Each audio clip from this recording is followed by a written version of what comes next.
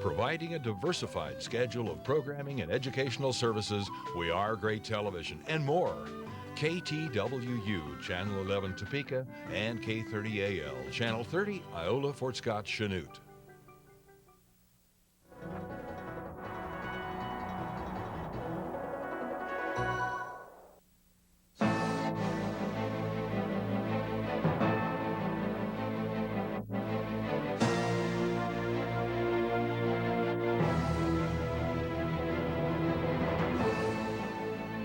Inside Politics, Kansas in Transition, a presentation of KTWU and Washburn University. Here's your host, Bob Beatty. Greetings and welcome to Inside Politics, Kansas in Transition, a special public affairs program brought to you by KTWU. I'm Bob Beatty, and the purpose of this program is to hopefully provide you, the viewer, with a broader and deeper understanding of the important public issues that arose in Kansas in 2002 and the challenges for the state in 2003. I'm fortunate to have with me today three people who will be able to give us great insight on these issues. The first is Governor Mike Hayden, whose long career in Kansas public life includes 4 years as Republican Speaker of the House, Governor of Kansas from 1987 to 1991, and currently Secretary of the Kansas Department of Wildlife and Parks. Also at the table is Jim McLean, a managing editor, columnist, and writer for the Topeka Capital Journal newspaper. Finally, we're fortunate to have Dr. Mark Peterson, professor of political science at Washburn University here in Topeka. Thanks to all three for being here. This program is titled Kansas in Transition because 2002 and 2003 marked significant, even historic, transitions in Kansas politics. First, the ongoing transition from a state so flush with cash in the 1990s that it was able to offer over $4.7 billion in tax relief, to a state that found itself in the hole by $424 million in 2002, and maybe by more than that amount in 2003. Another transition has caught the eye of political analysts and politicians from around the country: the end of the 8-year governorship of Republican Bill Graves and the victory of Democrat Kathleen Sebelius. Not only did Sebelius become the first Democrat to win an open seat election in Kansas since 1936, she also made U.S. history by being the first daughter of a governor to win a governor's seat herself. But let's start with the first transition, the budget problem. Dr. Peterson, what was the budget problem in 2002? Well, Bill Graves set the tone on January 14th of 2002 in his 8th State of the State address when he announced to both houses of the Kansas legislature and the assembled multitudes that the state was, that if it was going to match the previous budget, the FY 2002 budget, and make adjustments that the legislature and his administration had committed to in past legislation, they were going to be about $426 million short of revenue to do that. And in addition, he wanted to add about $52 million in what he called enhancements for essential services and programs, in addition to the sort of pro forma spending plan. We actually have a short clip from Governor Graves' 2002 State of the State address where he talks about the tough choices for Kansas. So let's take a look at that clip now. Now comes the hard part. We're either going to invest in the future or we're going to deny vital services, critical programs, and economic opportunity to Kansans. It's just that simple. Soundbite solutions like government living within its means translates to thousands of Kansans unable to live within theirs. Tightening the belt means tightening the noose around the economic future of rural Kansas. To simply cut government means deep cuts in the ability of our schools to carry out their mission of serving our children. To just be tougher means a tougher life for those with mental and physical challenges. If we are to restore and enhance these essential services, we must have new revenue. Well, Dr. Peterson, what ended up happening after this speech? Well, what happened was sort of a slow motion collision. I don't know quite what the term I want to use to describe it is, but the first thing that happened, of course, was that spending increases that were sort of set in stone became very fluid. And then the governor in that speech had asked for a series of improvements in revenue generating capability. His number, as I recall, was something around $340 million. The legislature wound up, after using 107 days of a 90-day session, giving $252 million in new tax revenues. And the commitment to increase public education spending was cut back. Higher education took some hits as well. And so where we found ourselves at the end of the year was, or at the end of 2002, was with about $352 million in cuts of various sorts in the budget, plus the $250 million increase in revenues to come in over the course of the fiscal year.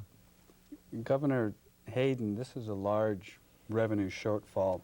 Should a governor and his budget office be able to foresee this kind of problem, or does it literally just sort of pop up according to the economy? Well, I remember well in the 80s when, in fact, for 4 years, the consensus estimators overestimated revenues. And I remember one time my father said to me, well, can't they get anybody down there that could figure these numbers? But it's not that simple. The decline in the economy, both nationally and at the state level, was fairly dramatic. And not only that, it's been fairly prolonged. And the consensus estimators have fallen short now for a couple of years. We're in an economy that's been lagging now for just a little less than 3 years. In March, it'll be 3 years that the stock market hit its peak before sliding. But I would say that these numbers are probably going to continue to be weak, and they'll probably continue to surprise, perhaps, even the consensus estimators as they meet again in March. And so they do their very best, and they look at the historical trends. But oftentimes, these historical trends don't show you the way to the future. And that's exactly what's happened when the bottom falls out. At one time during the 80s, as I said, there were 4 years in which the estimates were overestimated. So we may be into a period of prolonged sluggish economy, and these numbers may continue to be inaccurate for a long time. If you wait long enough, it'll turn around, and the consensus estimators will be heroes again, but that might be a while. Jim, is the budget mess just due to the economy, or are there other things that were going wrong in Kansas that produced this? Well, there are some people who believe that the tax cuts of the mid to late 1990s had something to do with it. I don't think there's a direct connection there. However, because of the way those tax cuts were made, they cut the statewide mill levy for schools. And then what happened there was the state kind of came, that money didn't go away. The state essentially replaced that money with general fund money, which created a huge spending obligation on an annual basis at the state level. So the cuts didn't lead to the decline necessarily, but once we hit the decline, it made that state school budget that much harder to fund. And you know, Governor Hayden did struggle during his tenure with some lean budget times, but I think we're in budget problems now of historic proportions. I mean, there are people who tell you that it hasn't been this bad, certainly in the last 50 years. And you mentioned the $400 and some million potential shortfall at the beginning of last session. As we sit here tonight, Governor Graves has instituted cuts to avert a $312 million deficit in the current fiscal year. And if that deficit isn't taken care of, we could be looking at a shortfall of over $1 billion in the fiscal year 2004 budget, which is just huge. And I think everybody's at a loss as to how we're going to deal with that. If I could jump in, I'd make a couple of observations that may seem a little pedantic, but I think Jim's observation about the change in the tax structure in the 90s is right on point. You have a situation where, in addition to reducing the local property tax requirement and giving more responsibility to the state for supporting the public schools, we also cut the top off the income tax, or the uppermost bracket of the income tax. We provided additional exemptions for sales tax. All of those are systemic.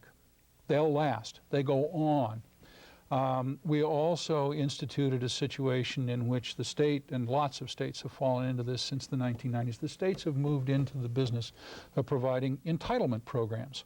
This used to be what the feds did, but now, for example, in education and in Medicaid, and now with the reform of welfare to TANF, the state finds itself in a situation where it has to fund programs.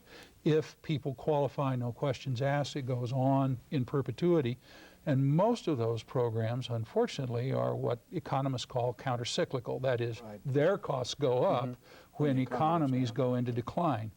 States that make long-term commitments to tax reduction rather than year-to-year dispersals of surplus funds are setting themselves up.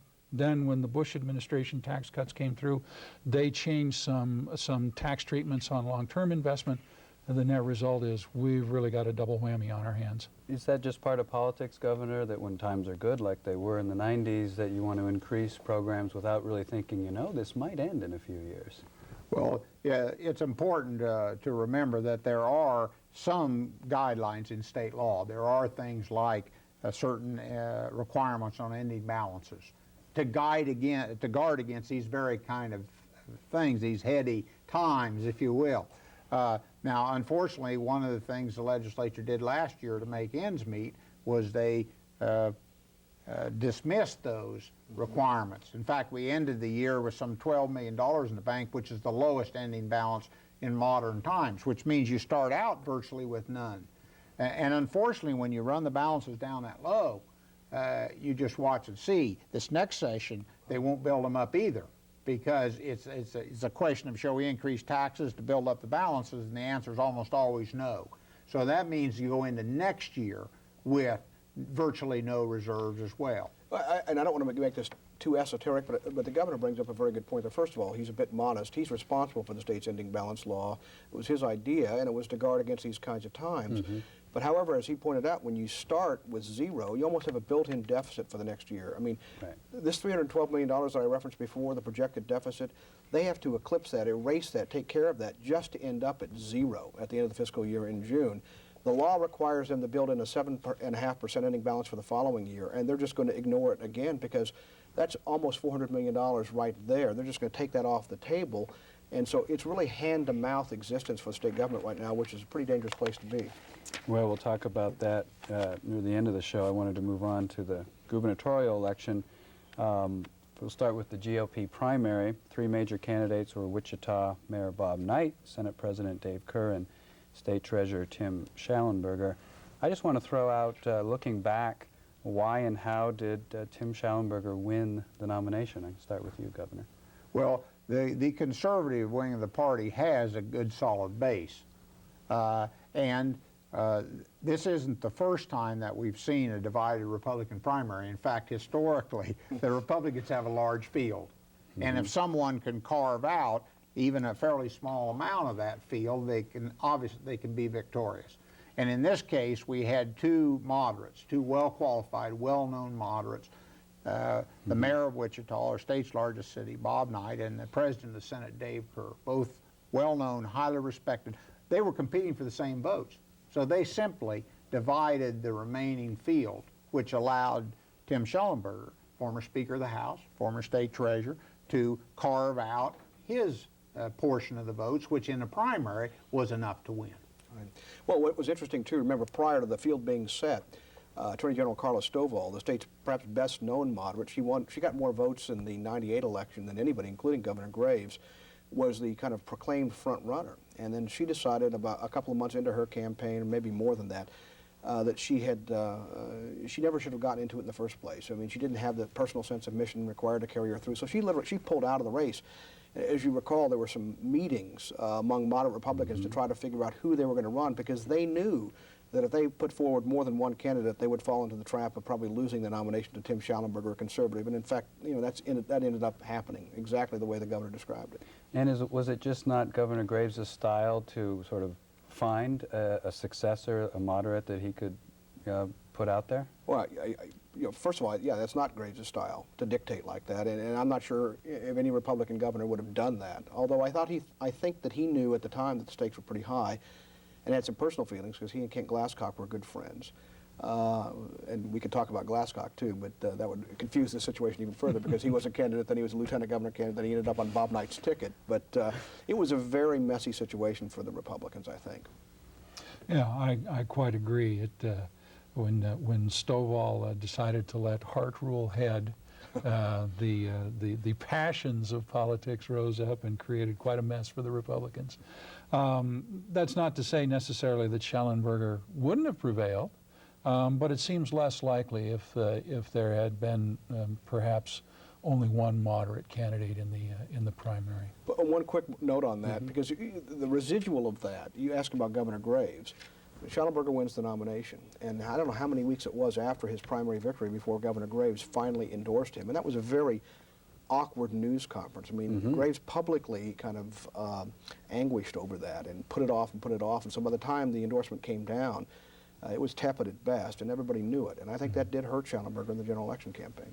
Different governors take different approaches to this, Governor Hayden. What's the role of a governor in that situation? Do you get foursquare behind somebody, or, I mean, it was almost, as Jim points out, almost a wink, such a tepid endorsement that he wasn't overly happy with the nominee. Well, Governor Graves is a very good person, and he is not someone who wants to dictate. He's not, it's not his style, nor ever has been. You know, he's not someone actually who ever laid awake at night wanting to be governor.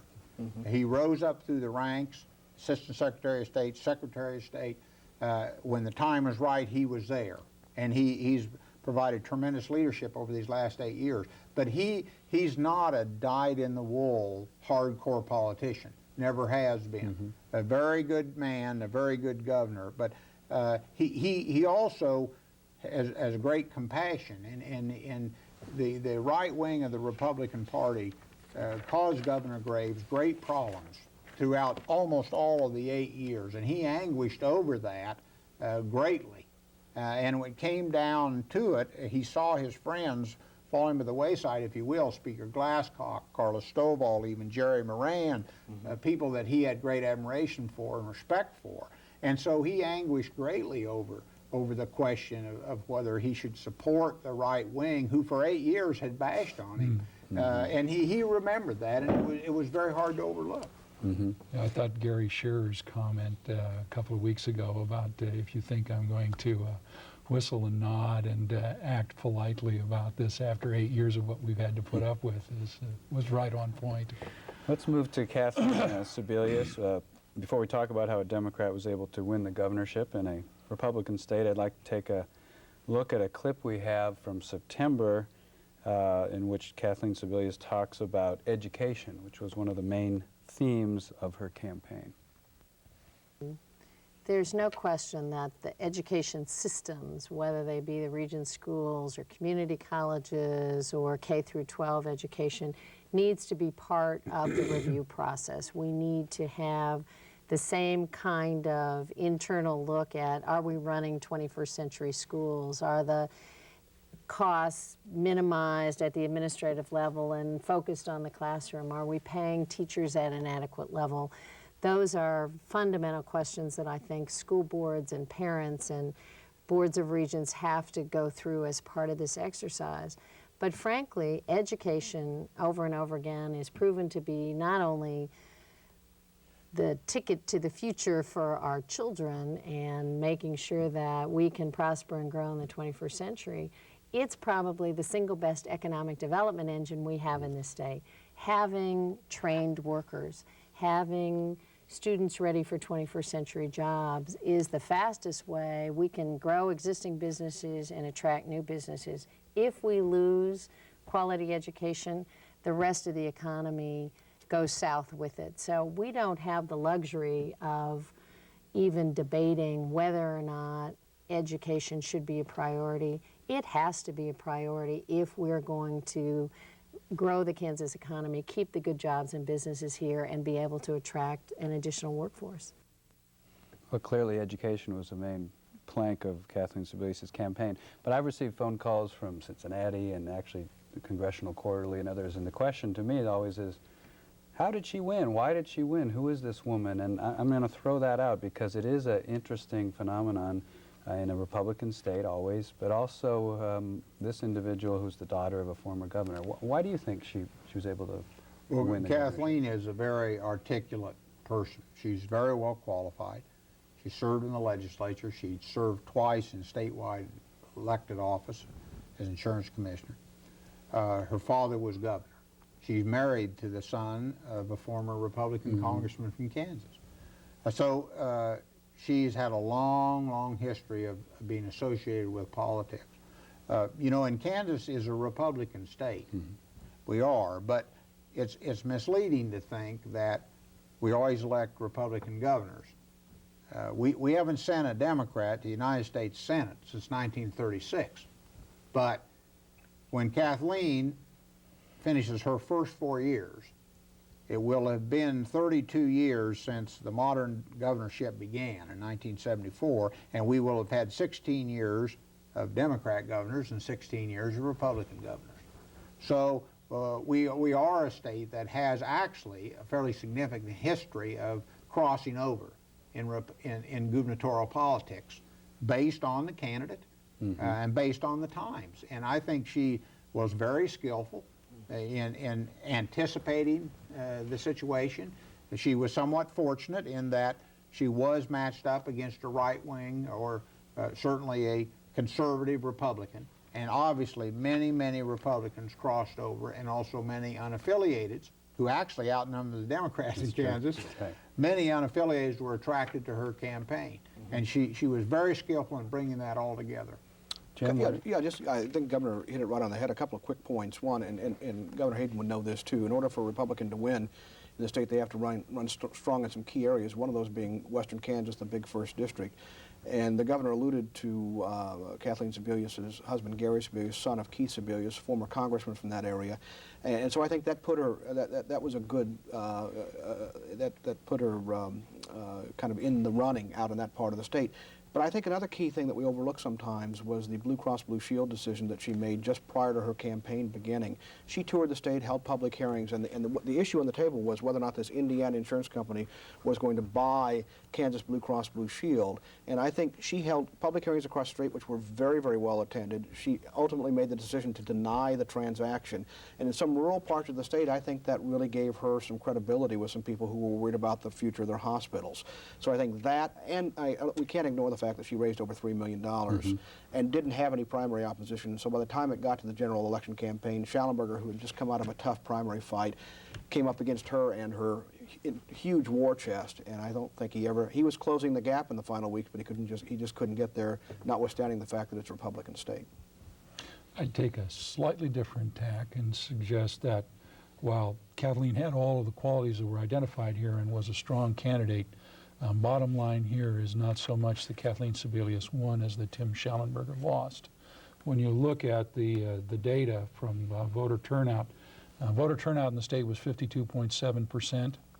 Only 24 out of 105 counties did Schallenberger get that level or better in terms of votes based on Republican registration. In other words, he didn't get his own people to come out at least the rate of the average across the state. That goes back to what Governor Hayden was saying, though, in the sense that it was a conservative Republican matched up against a Democrat, and a lot of moderate Republicans maybe sat it out. Sat it out or went to the other side.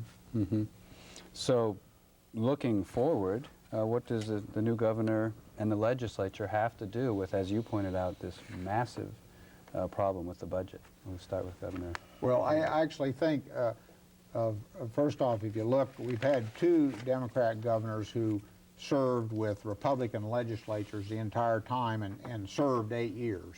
Governor Docking under the old 2-year term system, and Governor Carlin. They both were very successful. I think Kathleen has a tremendous opportunity here. And be honest with you, if you start on the downside of things, which is where she's starting with these huge budget deficits, it's bound to be better 4 years from now. It won't be worse. It will be better. And she will have been able to say, well, look where we were and look where we are now, and this is how I've been able to help you. And so I think she And she's going to be skillful, I think, with the Republican legislators. She's going to make them lead, I think, or at least some of the Democrats in the legislature at least, lead with the tax increase issues. She's going to talk about her best proposals and how to cut government. You know, so she's going to let the legislature wrestle with some of those tough decisions. And as Jim said, she's then going to say, all right, I'm ready to talk. And I think she's got the skills to do that. And so I think she'll do very well. Well, it's going to be a tough balancing act for her because Tim Schallenberger said from the start of the campaign right through to the end that he would not raise taxes, period, end of story. Kathleen Sebelius said that she didn't want to and she would avoid it all, but she never said she wouldn't. Still, I think it would be politically, I don't think politically she could come out of the chute with a tax increase proposal. Don't think she's going to. That's what's behind this entire top to bottom review idea that she talked about, some of which we've seen. We're going to see more. I think she has to let that process work its way through before she can go to the Kansas people and say, you know, we've looked under every rock, we've saved all we can save, and now it's up to you. And so I think we're maybe a year away from a serious discussion about tax increases. Amen. Is it going to come down to a tax increase or education, almost like the campaign played out in a way? Well, I think it'll have three components. I think it'll have a tax increase component, probably first put forward by Democrats in the legislature and then Republicans in the legislature joining in. I think there'll be some best proposals that are adopted for cost savings, but the big thing will be the budget cuts. And what'll happen is that the debate will be, because Kathleen has said, I think K through 12 should be held harmless, and that's 52% of the budget. And you know that Chairman Neufeld and Chairman Morris and these folks that have to deal with that every day know that it's almost impossible to achieve that kind of cut if you put 52% of the budget offline. And so they're going to start talking about, particularly Chairman Neufeld, I think, start talking about budget cuts for education right off the bat. And I think in the end it'll be a compromise of all of those. Yeah, that's a good point the governor makes, because as you know, what Governor-elect Sebelius said throughout the campaign was that she would not propose a budget that cut public education. And she's reiterated that several times, and yet a lot of legislators are shaking their heads and saying, I don't know how we get through this crisis with that much of the budget, as the governor said, off the table. And so the legislature may have to force some cuts on her. Yeah, the critical point is she said she would not propose any budget That's correct. cuts. But it's the great conundrum of American politics, wanting both things. No new taxes, but also wanting a Well, that's where vibrant leadership education.